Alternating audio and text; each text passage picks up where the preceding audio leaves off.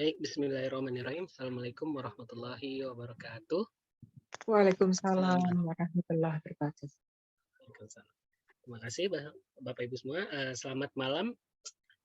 Senang sekali rasanya bertemu lagi dengan Bapak Ibu yang hebat-hebat, teman-teman, saudara-saudara yang semoga selalu diberkahi oleh Allah Subhanahu Wa Taala, dan luar biasa beberapa orang yang selalu istiqomah terus mengikuti kegiatan ini, dan juga ini udah ada beberapa orang baru lagi yang insya Allah nanti kita akan mulai dengan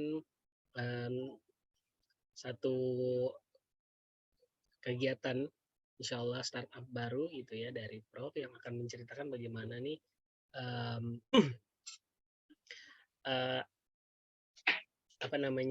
kegiatan yang insya Allah nanti akan membantu tadi yang seperti sempat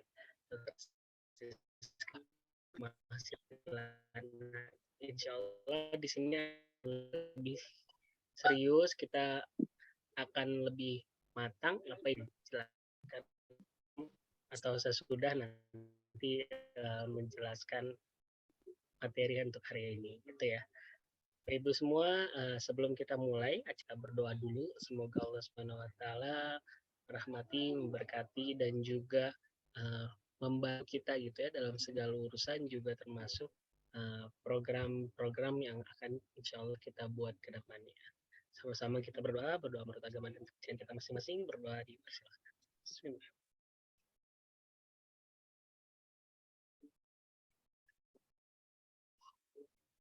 Amin amin ya robbal alamin. Sebelumnya saya mau nyapa-nyapa dulu, Bro. Ada beberapa nama yang sepertinya saya belum pernah ketemu. Ada Pak Edi Mart Salim. Assalamualaikum Pak Edi.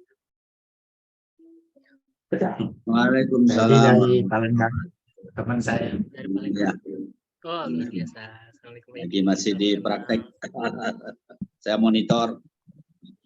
Monitor. Ada Pak Tito Febismanto, Habad Abdurrahman, terus ada Mustafa Kamaluddin, ini yang baru-baru ya. Dwi Ratna sepertinya pernah ya. Assalamualaikum Bapak Ibu semua. Waalaikumsalam. Waalaikumsalam warahmatullahi wabarakatuh. Biasa nih ya Mbak Tika yang luar biasa ya. Aktif banget. Sehat Mbak Tika? Alhamdulillah. Mas Ender sehat juga kan? Prof dan yang lain. Sehat. Semoga semua dalam kondisi sehat walafiat ya, dan diberkahi oleh Allah Subhanahu Wa Taala. Amin. Seperti saya sampaikan, kalau kita nih akan seperti biasa fokusnya adalah apa yang bisa kita share yang bermanfaat untuk orang, dan semakin banyak keberkahan dan kebermanfaatan kita untuk orang lain. Nah, hari ini kita akan membahas tentang materinya, yaitu tadi Pak, saya lupa judulnya.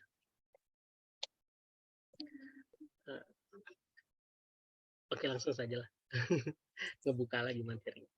Baik Prof, Assalamualaikum Prof. Waalaikumsalam. Baik, sehat Prof ya? Alhamdulillah. Alhamdulillah. Baik Prof, tanpa berlama waktu lagi, waktu dan tempat saya persilakan Prof. Terima kasih, terutama buat teman-teman saya pada senior. Kita setiap hari selalu kumpul untuk berbagi pengalaman, berbagi cerita, berbagi curhat juga kadang-kadang. Dan mungkin sudah cukup banyak juga yang ikut dalam acara-acara ini. Lalu kok pertanyaannya, kok saya belum pernah ya dapat penghasilan meskipun saya rajin ikut. Nah, inilah yang kita bahas di slide berikut. Jadi kita bisa mendapat penghasilan dengan cara kita bekerja pada orang lain, ya, atau katakanlah kita membersihkan halaman rumput kata kita biasa, atau juga bisa bisnis meskipun bisnisnya mungkin kecil-kecilan. Jadi memang harus melangkah, tidak bisa teori-teori terus. Nah, untuk itu barangkali sudah harus dimulai dengan niat untuk mulai melangkah. Slide berikut. Nah, kalau untuk bekerja, lapangan kerja itu terbatas. Dan biasanya yang melamar itu jauh lebih banyak daripada lowongan yang ada. Sehingga yang akan diterima adalah mereka yang mempunyai kelebihan-kelebihan. Sekarang bahkan perusahaan tekstil di Jawa Barat banyak yang PHK.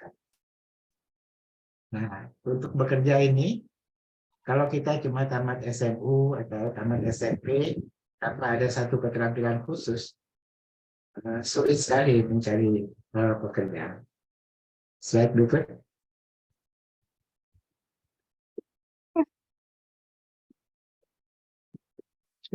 Nah, kalau jasa ini banyak sekali. Kita bisa mengajar, kita bisa. Saya tadi pagi mau ke rumah sakit Cipko, dan mobil yang kiri belakang itu kempes. Nah, untungnya ada supir ya. Kalau saya sendiri barangkali kewalahan juga buat ganti ban. Jadi sebenarnya kalau teman-teman pengalaman bisa membuat video bagaimana mengganti ban dalam 7 menit bisa selesai, itu akan menarik bagi orang, terutama ibu-ibu yang sudah mengendarai mobil tanpa supir, tiba-tiba mendapat masalah seperti itu. Nah, kemudian kita juga kalau jasa ini harus dipasarkan supaya kita dikenal. Misalnya kita terampil dalam membetulkan pompa air. Dan semua orang yang punya pompa air kalau rusak ini cepat-cepat dibetulkan karena akan mengganggu sekali. Tapi yang dia akan panggil adalah yang dia sudah kenal. Nah, itu kita perlu memperkenalkan. Belum lagi tarifnya harus bisa bersaing dengan orang lain. Kalau terlalu mahal, tentu orang akan slide berikut.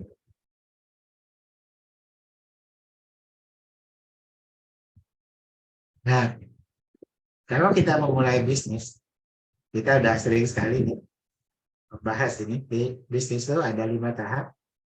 Tahap pertama adalah repot dan rugi. Tahap kedua, repotnya berkurang, ruginya berkurang. Tahap ketiga, mulai untung dan mulai efisien. Tahap keempat, sudah makin banyak. Tahap kelima, mulai membuat cabang. Nah, jadi bisnis itu sebenarnya akan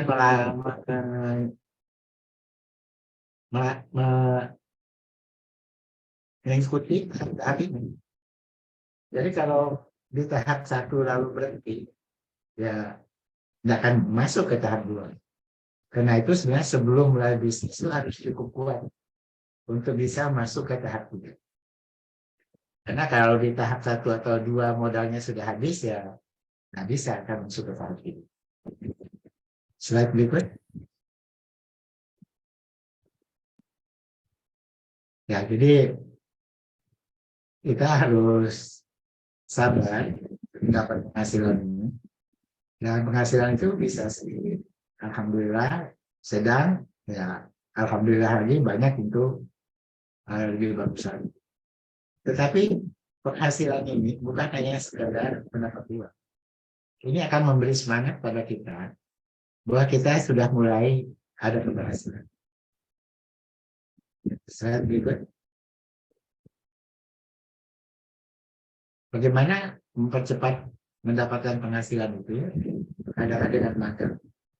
Jadi kita ikut pada teman, pada saudara yang sudah berhasil. Sehingga kita bisa cepat belajar. Kita bisa meningkatkan keterampilan kita. Kita bisa menambah kenalan kita. Kita juga bisa mengenal pelanggan-pelanggan kita. Sehingga waktu kita mulai nanti, tidak mulai dari nol. sudah ada pengalaman, sudah ada keterampilan yang itu akan menjadi modal untuk memulai usaha itu. Slide berikut. Nah, sayangnya kita kurang sungguh-sungguh untuk mengikuti. Kalau ada kesempatan pelatihan, ada sebenarnya kita cukup waktu, kita tidak ikut. Ada kumpul-kumpul bersama, kumpul ini menjalin silaturahim. Dan katanya kalau kita menjalin silaturahim, itu akan memperpanjang umur dan menambah rezeki. Kalau ada ceramah-ceramah yang bagus, kita nggak mau dengarkan. Ada pameran-pameran yang menarik, kita nggak mau datang. Jadi sebenarnya kita yang menghindari kesempatan-kesempatan ini. Slide itu. Nah, kalau kita sudah mendapat penghasilan pertama, biasanya kedua, ketiga akan lebih mudah. Kita bisa meningkatkan keberhasilan tersebut dari pengalaman. Dan jangan lupa percaya diri kita juga. Slide berikut. Nah, ini beberapa remaja yang punya penghasilan dengan relatif modal yang amat sederhana. Itu handphone. Bisa YouTuber. Nanti barangkali Wawan bisa menambahkan. Mengajar saya sering sampaikan Devi yang tamat di Kuba. Dia mengajar privat bahasa Spanyol karena dia fasih berbahasa Spanyol karena kuliahnya bahasa Spanyol. Dan muridnya itu tak ada di Indonesia, ada di London, ada di Amerika Latin. Dan itu dimungkinkan sekarang. Kita juga bisa mengajar melukis, bahkan kita bisa mengajar berkebun, beternak, kemudian jadi reseller atau jadi. Jadi biasanya yang remaja sering itu reseller dan dropshipper. Tapi sebenarnya banyak kesempatan. Slide berikut. Lalu produk. Kita akan dapat produk kalau kita berkenalan dengan orang yang merasa mampu. Nggak bisa tiba-tiba saja ada orang menawarkan pada kita untuk menjual. Sedikit banyak dia harus ada rasa percaya. Nah, karena itulah kita sering berkumpul itu maksudnya membina silaturahim, membina kepercayaan. Sehingga kalau ada orang punya fashion, alas kaki, tas, kosmetik, kuliner, bahkan properti, mobil, motor, bahkan software, tergantung dari minat kita mau ikut lah. Slide berikut.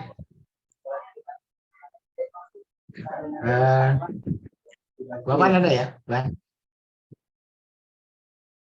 Itu Ya, Bro. kalau mau YouTuber itu apa yang harus dilakukan, Bang? Penampilan apa yang perlu Ya, kalau dikuasai? mau jadi YouTuber sih sebenarnya nggak terlalu sulit. Yang sulit itu bikin kontennya. Jadi syaratnya itu minimal 1000 subscriber ya, dan 4000 jam tayang. Maksudnya subscriber itu kan orang yang klik ya, ngeklik jadi subscriber kita. Itu caranya banyak deh, cara nambah subscriber. Nah, terus yang kedua yang agak repot sama jam tayang. 4000 jam tayang itu maksudnya video yang kita putar itu harus ditonton minimal 1 menit, 1,5 menit deh. Itu baru kedetek sama si YouTube bahwa kan bisa aja kita nyuruh teman kita ya 10 orang cuman lihat 30 detik, biasanya nggak kedetek tuh. Kalau udah lebih dari 1 menit baru agak panjang juga tuh di jam tayang itu. Tapi yang paling susah itu bikin kontennya yang sederhana tapi menarik gitu. Kalau mau cari kiat tipsnya sih bisa dari YouTube-nya langsung tuh, banyak banget. Oke, sementara itu, Prof. Ya, saya rasa beberapa minggu yang lalu kita pernah membahas seorang remaja desa yang membuka bengkel motor di desanya. di desa itu banyak motor, jadi bengkel motor memang perlu. Tetapi pelanggannya nggak begitu banyak. Akhirnya dia berubah. Dia membuat channel YouTube yang mengajarkan atau melatih orang-orang yang punya motor untuk bisa menangani masalah-masalah motor yang sederhana. Tidak perlu ke bengkel. Ternyata itu penontonnya banyak sekali. Dan dia bisa mendapat penghasilan yang lumayan. Bahkan dia kemudian mengajari teman-temannya. Ada topik lain, bukan topik montir motor. Sehingga di kampung itu ada beberapa orang yang bisa jadi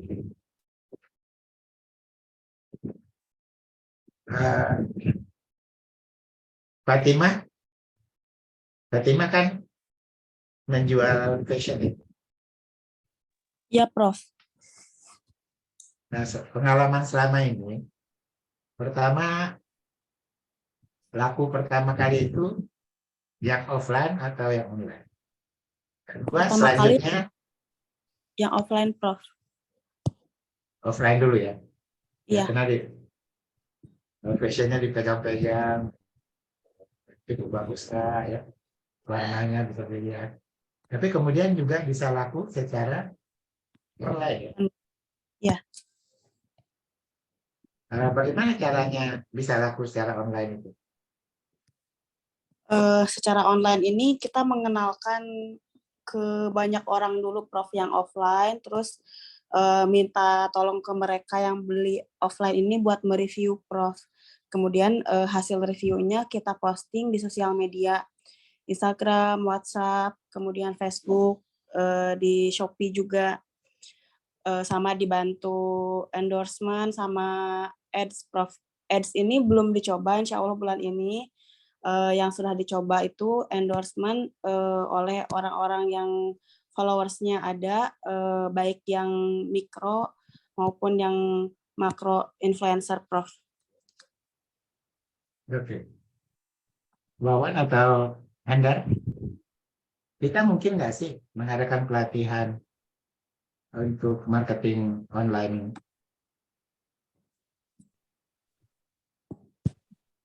Ya, silakan Pak Endak.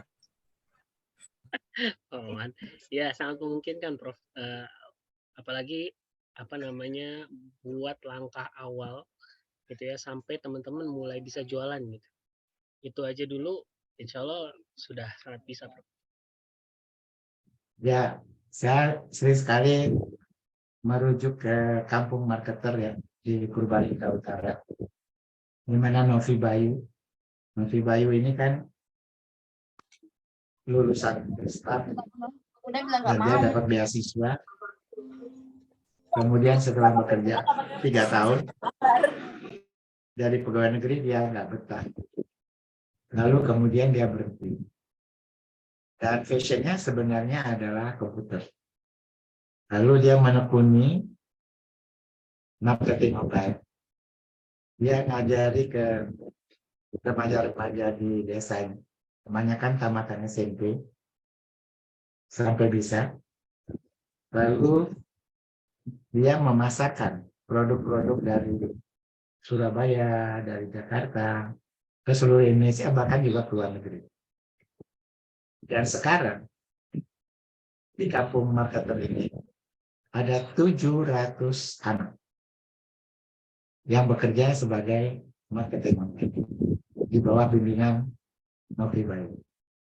Penghasilan mereka 2-8 juta. Bahkan bukan itu saja, kampung itu juga membuat sendal wudhu. Jadi sendal wudhu itu adalah sendal karet ya, sendal karet Jepang yang kita pakai buat wudhu. Jadi dia mengajak masyarakat di kampungnya sebenarnya nggak membuat, karena ini udah dicetak di pabrik, hanya tinggal dipasang saja. Kemudian dia cari orang yang akan bersedekah untuk membagikan sendal wudhu ini ke musola-musola, ke masjid-masjid di seluruh Indonesia. dan itu pun menambah penghasilan dari penduduk.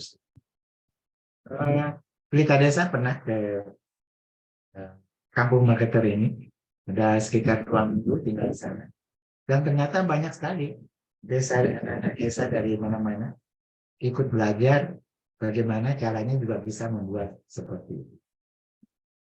Jadi kalau di desa saja orang bisa menjadi online marketing, sudah tentu kita yang di kota-kota besar harus lebih bisa lagi.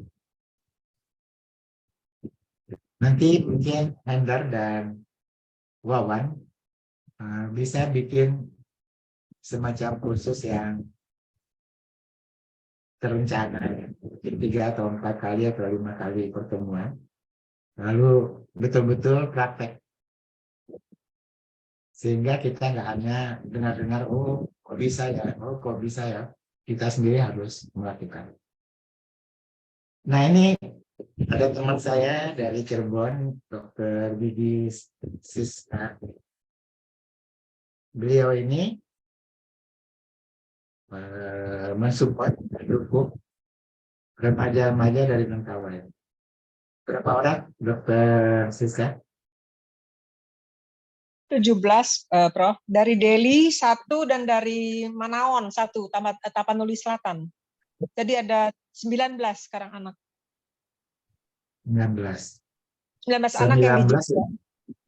Yang di Itu Jogja. ditinggal di mana mereka? Yang Tinggal di di mana? apa? Di tamanan itu, di peternakan pertanian itu, di lapangan itu tuh ada, kita bikin seperti rumah semi permanen tuh ada 6 anak. Terus yang lain dikontrakkan, putran putri itu dikontrakkan 2 rumah, Prof, yang dekat kampus. Nah, ini kan kalau anak mau kuliah, persoalan pertama adalah bagaimana dia bisa diterima di perguruan tinggi. Gimana itu? Dulu Trik-triknya. ya, dulu kan pertama kan saya tujuan ke Mentawai itu adalah untuk pemberdayaan masyarakat, untuk pemberdayaan sumber daya alam di sana. Ternyata guru-guru yang mengajarkan pengolahan sumber daya laut itu mempunyai akses dengan universitas mereka di Jogja itu, Prof. Sehingga diusahakan dapat KIP, Kartu Indonesia Pintar itu, dan tembus ke STIU itu, Sekolah Tinggi Ilmu Ekonomi.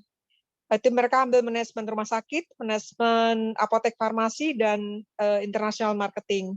Terus dia juga ada ini dengan link dengan UNU, dengan Universitas Nahdlatul Ulama, itu juga memberikan beasiswa. Kalau Nahdlatul Ulama itu beasiswa dari NU sendiri, jadi bukan dari pemerintah, sehingga mereka bisa berangkat. Jadi sekarang semuanya sudah untuk hidup hari-harinya gimana? Nah, untuk hidup hari-harinya itu yang rada berat, Prof. Jadi ya saya dengan teman-teman patung-patungan untuk kehidupan mereka sehari-hari. Kalau yang enggak semua kan, tidak semua juga mendapatkan KIP, dan KIP itu juga memang terbatas juga, hanya 1,1, tapi juga nanti mereka harus bayar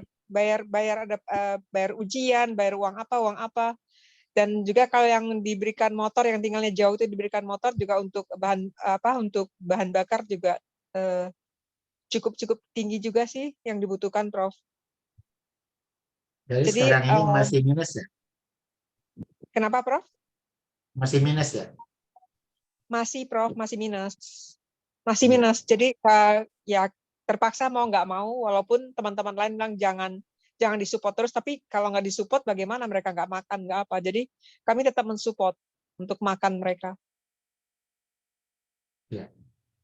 Ya hari Minggu pagi kita akan mulai kegiatan pertama, namanya Remaja Melawan Kemiskinan.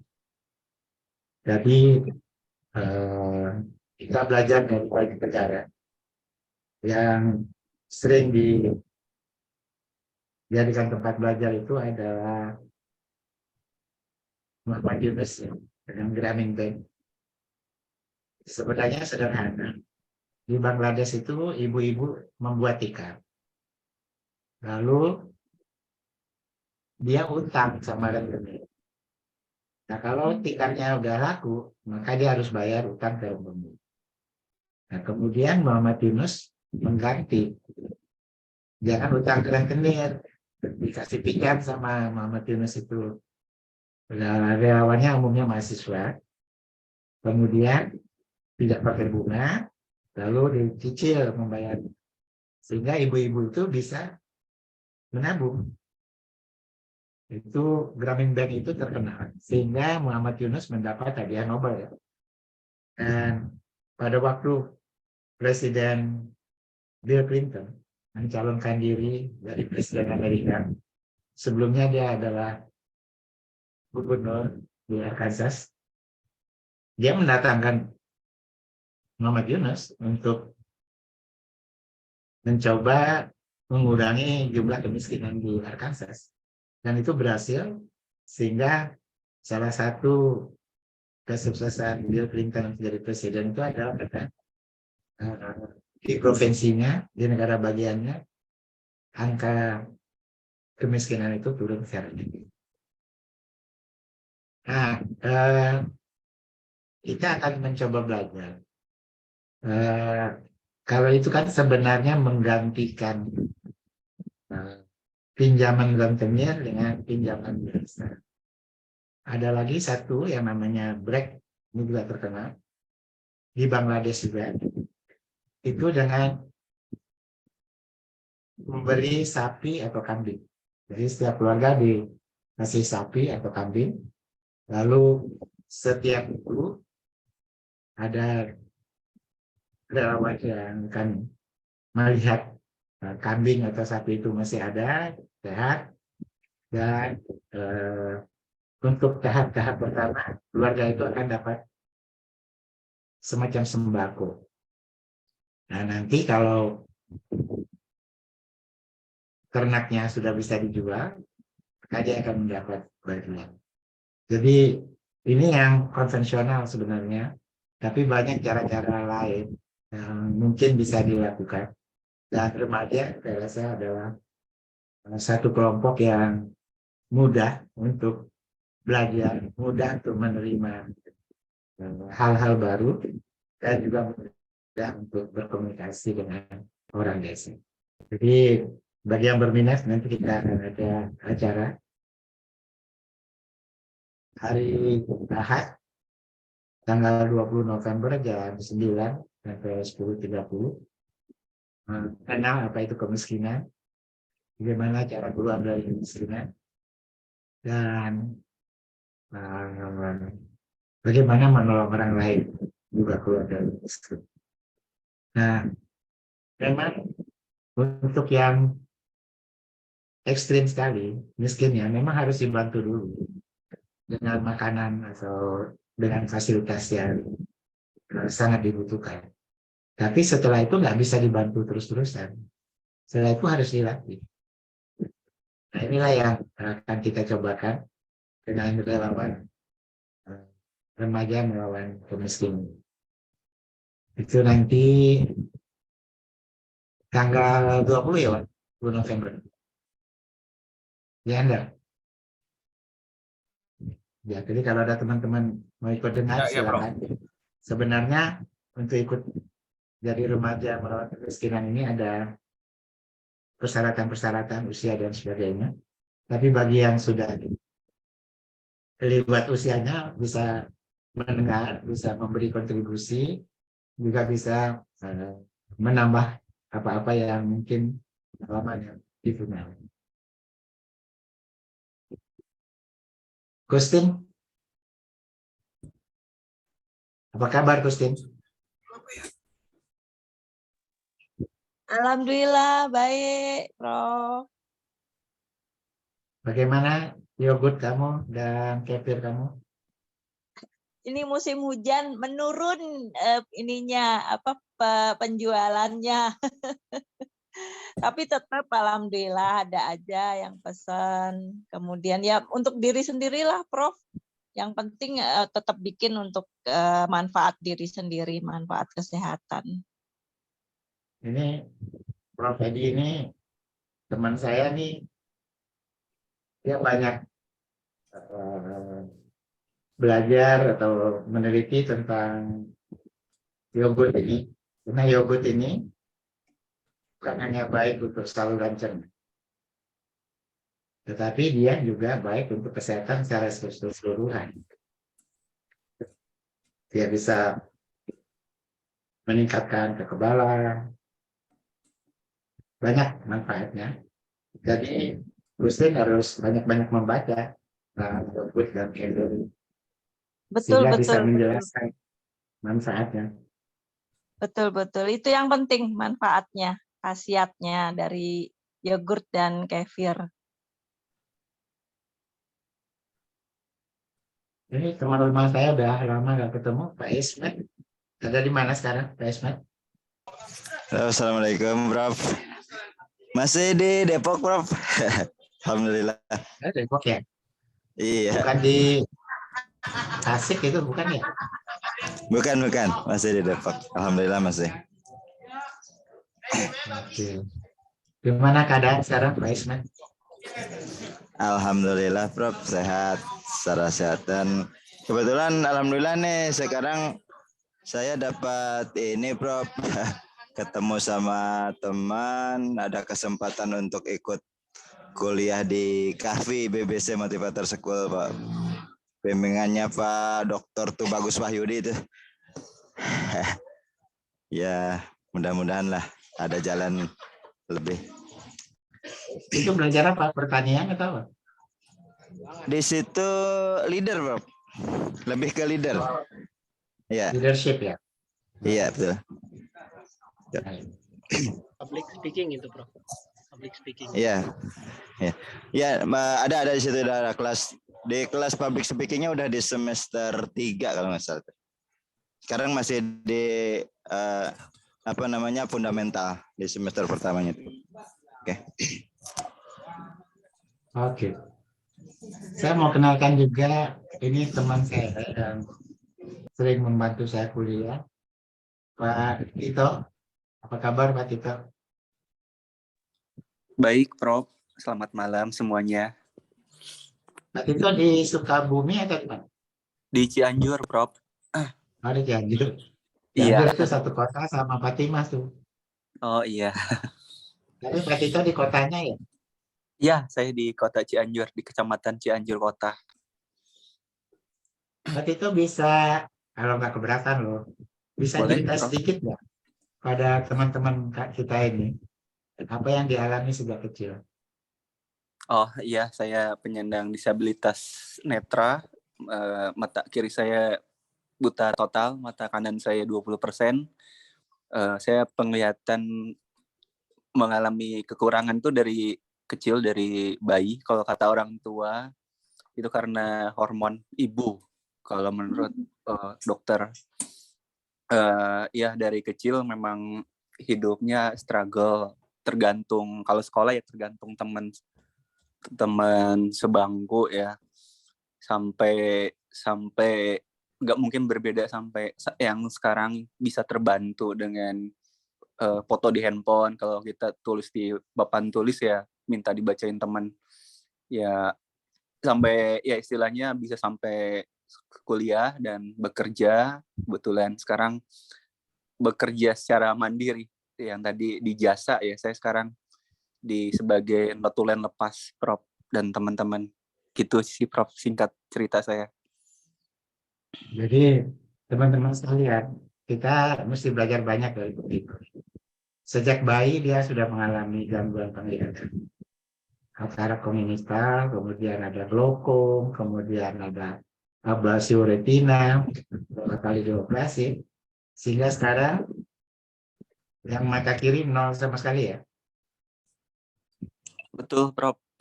Dari tahun 97 itu salah saya juga. Waktu itu saya berpikir positif, mungkin ini bisa sembuh kayak pakai install, pakai rohto. Jadi saya nggak bilang ke orang tua gitu.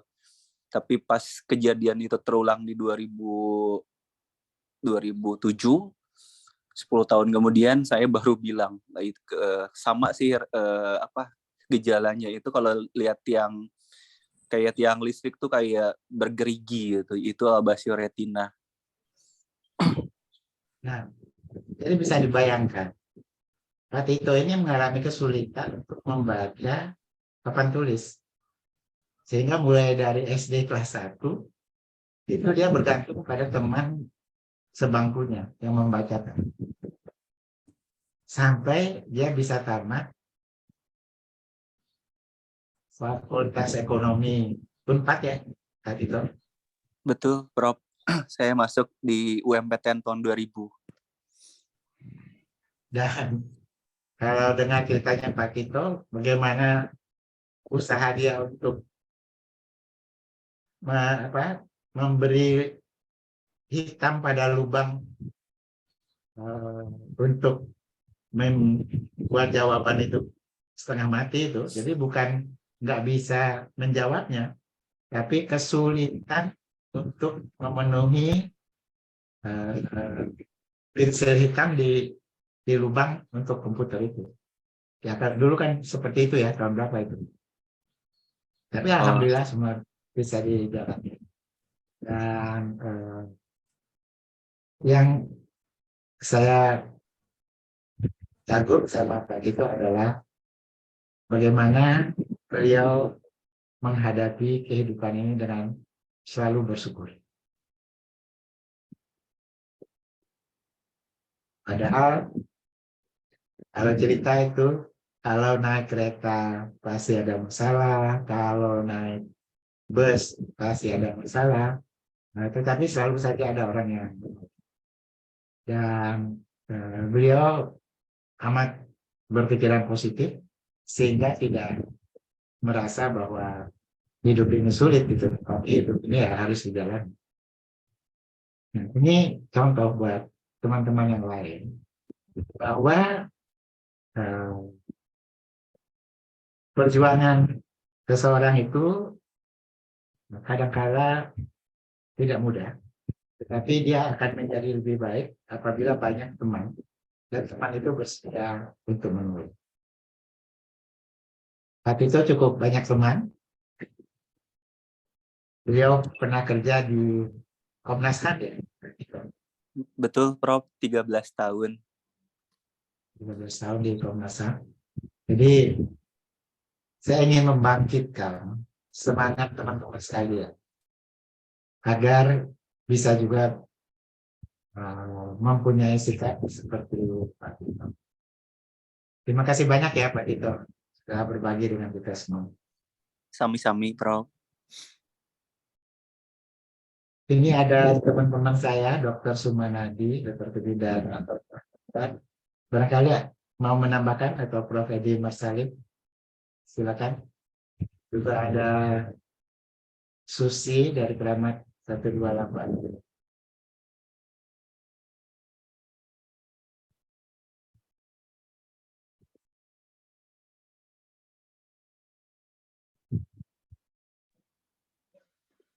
Masih on the way di perjalanan, Prof.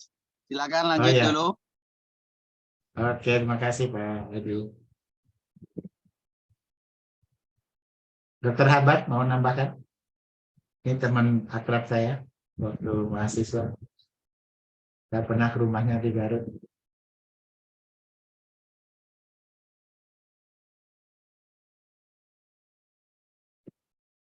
Oke. Apa yang kita dapat malam ini? Bahwa untuk memulai sesuatu itu memang tidak mudah. Dan kadang-kadang kita harus berjuang. Tetapi kalau kita punya banyak teman, kalau kita punya banyak relasi, maka kesempatan untuk saling tolong-menolong itu satu. Dan yang kedua,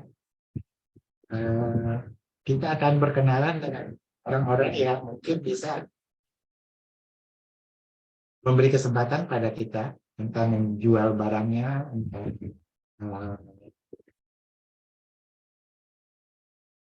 marketing online atau apapun, kalau ada kemampuan kita.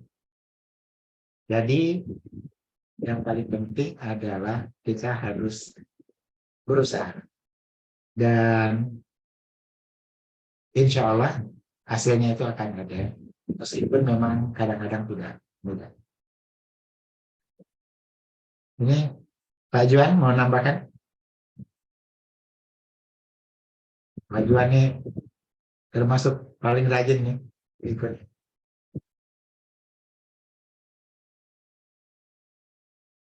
Pak Sumanadi mau nambahkan?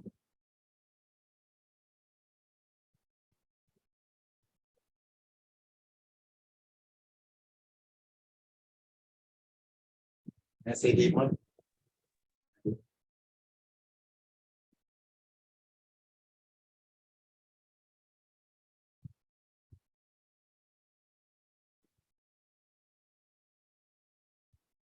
Oke, baik kalau nggak ada, barangkali kita cukupkan dan saya mengundang teman-teman hari Minggu yang juga diberi pengumumannya. Ajaklah anak-anak muda untuk ikut mendengarkan. Itu terbuka buat mereka yang menjadi relawan ataupun hanya pendengar saja. Saya kembalikan ke Endar, silakan Endar. Baik, terima kasih banyak Prof. Jadi teman-teman yang harus kita lakukan sekarang untuk dapat penghasilan pertama ya mau nggak mau ya praktek ya. Dan terbuka sekali buat teman-teman ataupun link kolega siapapun yang baru mau mulai merintis usaha. Nanti kita akan bikin kelas online gitu ya untuk marketing. Kita juga akan buka itu, pokoknya belajarlah bagaimana tahap marketing online. Insya Allah nanti akan segera dikabarin ketika nanti kelas awal training kita akan dibuka. Itu terbuka juga, nanti kita akan share linknya. Sebenarnya itu juga nanti lebih dikhususkan buat ke teman-teman ya apa ya Prof ya. Tapi insya Allah nanti juga kita open lagi buat teman-teman yang lain yang ingin juga belajar marketing, digital marketing agar bisa jualan di awal. Pak Juan, ada yang mau ditanyakan? Iya, selamat malam. Assalamualaikum, Prof.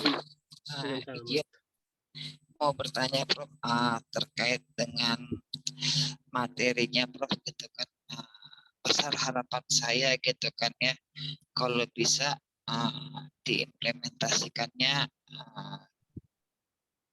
jangan setengah-setengah, itu yang pertama. Yang kedua, besar harapan saya kalau bisa Prof diadakan sesekali acara offline Prof, tatap muka Prof gitu, agar lebih bersahaja, lebih hangat suasananya gitu Prof, ya bisa lebih mengenal lebih dekat, karena saya sendiri sama Prof kenal baru di sini aja Prof, walaupun saya lama di YPI lebih sering kenal dengan Prof Jubairinya gitu Prof, karena banyak sekali pelajaran atau ilmu yang saya bisa dapat dari Prof itu Prof, karena besar harapan saya bisa bertemu langsung dengan Prof dan rekan-rekan yang ada di grup ini Prof. Sekian dan terima kasih. Assalamualaikum. Baik, jadi kita offline, tapi nunggu COVID-nya turun dulu ya. Ini lagi 6.000 ya kemarin. Ya, lagi naik lagi ya. Jadi kita sama satu lagi Prof, kalau bisa diberikan pelatihan terkait dengan pembelajaran menjadi seorang YouTuber atau blogger gitu Prof. Karena sesuai dengan passionnya gitu Prof, perkembangannya kan arahnya ke sana Prof gitu kan, agar kita teman-teman atau saya yang ODA ini bisa berkarya dan bisa berdaya Prof gitu, jadi tidak ketergantungan dengan funding dan sebagainya yang mana sebentar lagi akan segera angkat kaki dari Indonesia Prof gitu. Baik, Pak Iwan. Ini ada ahlinya nih, Pak Hendar sama Pak Wawan. Pak Hendar kalau mau belajar Canva, dia udah siap tuh. Pak Wawan Instagram, Facebook, segala macam. Nanti kita mungkin atur nambah ya, Pak sedikit. Iwan. Ya, mungkin nambah sedikit lah Prof ya buat di ujung ya. Jadi buat teman-teman tadi kan Prof sudah buka bahwa nanti minggu itu akan ada semacam kuliah umum. Sebenarnya sih bukan kuliah umum ya, tapi ya perkenalan dan penjelasan mengenai program remaja melawan kemiskinan atau Youth Against Poverty, disingkat PAV. Ya itu. Jadi ini sebenarnya YAP Pak. PAV. YAP. Nah, itu jadi ini sebenarnya program ini padat ya, tapi ini lagi masih digodok sama tim kita. Jadi ini kalau dihitung-hitung secara apa ya, secara realistis itu bisa memakan waktu sekitar 1 bulan lebih ya pelatihannya. Jadi ini beda sama pelatihan-pelatihan yang lain karena di sini kita gabung semua ya. Jadi di sini teman-teman dari awal itu sekarang yang sudah mendaftar sudah 100 orang ya. Sudah 100 orang mendaftar. Padahal kita sudah bilang usia itu 18 sampai 30, tapi banyak juga yang di atas 30 ikutan daftar. Tapi oke buat awal ya. Nah, apa aja sih yang kita pelajarin di situ? Jadi dari situ di awal kita sudah ajak nanti ada pelatihan tentang mindset bisnis. Bagaimana menanamkan mindset bisnis kita yang awalnya kita mungkin selalu menunggu peluang usaha ya, selalu mencari lowongan kerja, tapi gimana cara kita menciptakan usaha untuk diri kita sendiri dan lingkungan.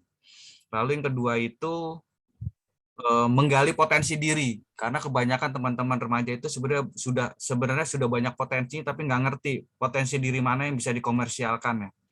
Misalnya ada yang sebenarnya dia bisa nulis.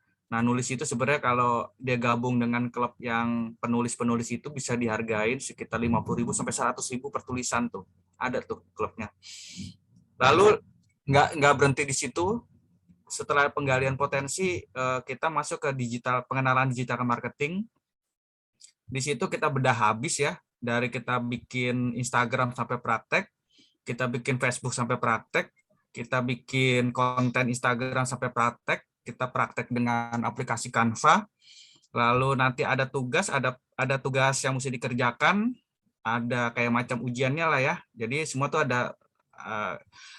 Jadi misalnya teman-teman sudah punya Instagram, lalu teman-teman kita minta untuk buat konten, nanti kita cek ya ke Instagramnya kontennya seperti apa, nanti kita evaluasi bareng di grup, sampai kita bikin video pendek pengenalan aplikasi di HP di HP kita tuh apa aplikasi yang bisa bikin video pendek yang bisa kita posting, terus gimana soft selling dan hard selling itu, bagaimana kalau kita cara merekrut customer, gimana komunikasi virtual. Nah, komunikasi virtual itu buat teman-teman yang suka jadi MC, nanti kita sebenarnya ada topik khusus ya untuk gimana caranya menjadi MC atau host webinar ya.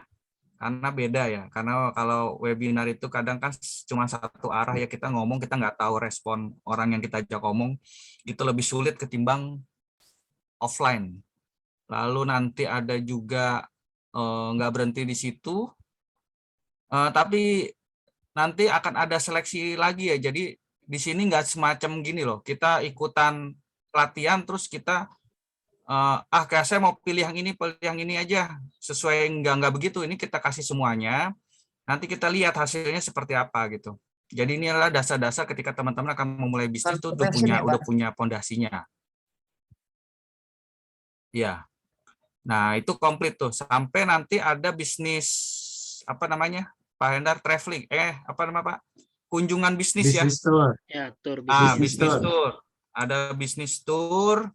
Tapi ini disaring ya, jadi beda sama yang lain. Kita butuh ada 5 syarat ya. Salah satunya itu orang yang mau komitmen itu tetap mengikuti acara itu dari awal sampai akhir.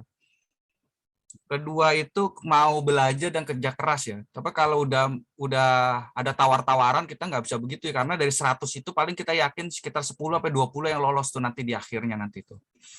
Nanti ada bisnis tour, ada magang juga ya, ada magang, nanti kita kasih acara sendiri, mereka suruh kelola tuh acara, sampai dari jadi hostnya, sampai jadi narasumber, jadi teman-teman nanti yang ikut bisa jadi narasumber ya. Karena narasumber itu sebenarnya bukan harus orang yang bertitel, tapi orang yang mempunyai pengetahuan. Jadi setelah kita kasih pengetahuan, sebenarnya harusnya teman-teman sudah bisa jadi narasumber buat orang lain. Makanya sudah bisa bermanfaat buat masyarakat. Nah, contoh aja simple, misalnya kita bikin nanti ada bisa promosi dengan Instagram. Nah, itu teman-teman salah satu ini nanti akan jadi narasumbernya, mungkin 2 atau 3 orang tektokan jadi narasumber, tuh MC-nya ada 2 orang juga. terus nanti ada yang bagian promosi, mempromosikan acara itu. Karena di formulir itu kita tulis hobinya apa. Ini banyak juga nih, lumayan komplit Pak Hendar ya. Di hobi saya udah baca itu ada yang penulis, ada yang hobinya main medsos, ada yang digital yang desain grafis, ada yang traveling, macam-macam tuh. Itu cocok semua tuh. Ada yang jadi MC, bahkan konsultan. Nah, nantinya itu sampai nanti kemungkinan teman-teman itu kita akan magangkan di Family Academy, di mana teman-teman akan dapat honor di situ ya. Jadi sampai arahnya ke situ, sampai nantinya akan bikin perancangan bisnis sendiri. Kita lihat bisnis mana yang paling bagus, ya mungkin ya, kita lagi masih digodok ini, bisa iya bisa tidak, mungkin ada dana, ada mungkin kita modalin sedikit gitu, kalau emang rencana bisnisnya bagus kayak gitu. Jadi sampai ke arah situ ya, tapi yang pasti yang program YAP ini agak beda ya, kita memberikan semua di depan, tapi nanti akan ada seleksi-seleksi, sebenarnya kata-kata sadisnya tuh eliminasi lah. Nantinya akan kelihatan tuh mana yang kerja keras banget memang niatnya belajar, mana yang memang niatnya cari duit ya, duit cepat. Nah kalau di sini kita nggak ada duit cepat nih, justru kita ngasih skill gimana dia bisa dapat uang gitu loh. Jadi nggak dibalik ini. Jadi bukan memberikan penghasilan tambahan. Jadi mindsetnya salah, kita membuat dia berpikir untuk menciptakan peluang usaha buat dirinya sendiri. Jadi itu Pak Hendar, kira-kira bocoran buat hari Minggu ya. Sementara itu Pak Hendar. Boleh Dan menanggapi. banyak yang suka dan bisa jalan terus. Ya karena kadang-kadang orang itu angin-anginan ya. Pertama kali semangat, 1-2 kali, itu semangatnya menurun. Juga harus terus mengeluarkan semangat. Baik, silakan Pak Hendar. Nah, izin Prof sekali lagi Prof. Lebih Prof. Jadi begini Prof. Kenapa akhirnya saya direferensikan oleh Mbak Atika untuk mencoba mengikuti kegiatan dari Family Group Family ini di sini dengan Prof. Samsu gitu kan. Karena saya kemarin sempat dilema Prof, sedikit curhat ya, sempat dilema, sangat dilema. Saya Oda bekerja di LSM begitu kan Prof, akan tetapi seberapa pintarnya saya, seberapa loyalitasnya saya, sekali lagi tetap aja Prof, kalau tidak ada referensi itu yang buat saya terkadang jadi denial sendiri Prof. Karena referensi itu bikin saya ngeri di sini gitu loh. Lamaran tetap mereka buka gitu kan, sebatas formalitas di situ Prof. Makanya ya gimana coba cari jalan, akhirnya saya coba ketemu dengan Prof, mungkin ini salah satu jalan gitu kan Prof. Tapi sekali lagi ada beberapa memang yang harus tetap butuhkan referensi Prof. Ini lagi-lagi negara kita ini tidak mengandalkan kemampuan, skill, bahkan loyalitas pun terkesan tidak ada nilainya di sini. Itu aja sih Prof. Terima kasih. Betul. Jadi kita harus belajar kembali ya menilai orang itu bukan hanya dari segi intelektualnya, tapi juga dari skillnya dan juga dari sikapnya ya. Terima kasih Pak Iwan. Baik, silakan Pak Iwan. Baik, terima kasih Prof. Terima kasih Pak Wawan, cukup komprehensif tadi penjelasan bocorannya gitu ya. Dan insya Allah ini program kita akan kita godok serius. Untuk Pak Juan juga, Pak Juan daftar ya? Pak Juan daftar untuk YAP atau enggak sih? Bukan Pak, saya bukan dokter Pak.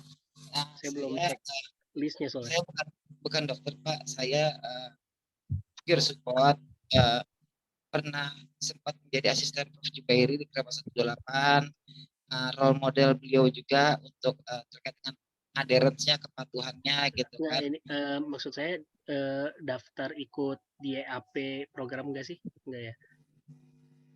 Belum diarahkan ke sana. Tapi mungkin nanti harapannya dilibatkan harapannya gitu. Oh, oke. Ya, ya. Baik. Sebenarnya nanti ada program khususnya ya Pak Juan.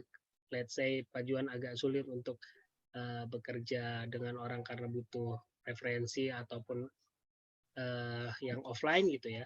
Nanti insya Allah di digital marketing Pak Juan bisa belajar tadi ya ilmu-ilmu yang nggak harus datang ke tempatnya dan apa namanya bisa menghasilkan uang dari sana gitu ya. Pak Juan. Ya, oke.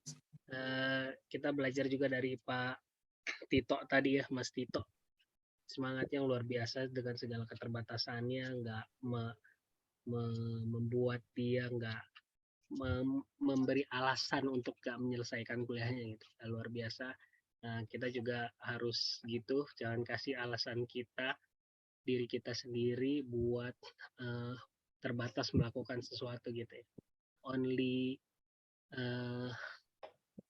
hanya diri kita yang membuat kita berhenti gitu ya.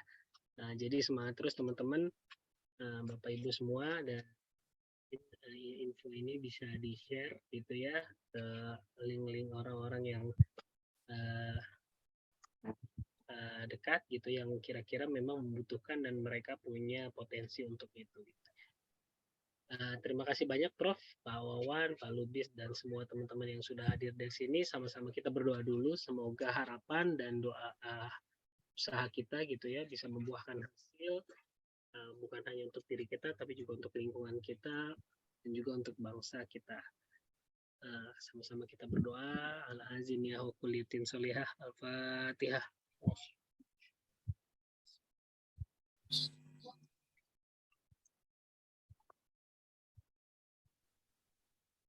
Amin amin ya robbal alamin. Terima kasih banyak semuanya. Selamat istirahat, jaga kesehatan. Insya Allah kita ketemu lagi di minggu depan dan juga beberapa teman yang ikut di hari Minggu. Assalamualaikum warahmatullahi wabarakatuh. Waalaikumsalam warahmatullahi wabarakatuh. Istirahat semua. Terima kasih semuanya. Usatin, Pak Irfan. Iya, makasih banyak Mas Indra.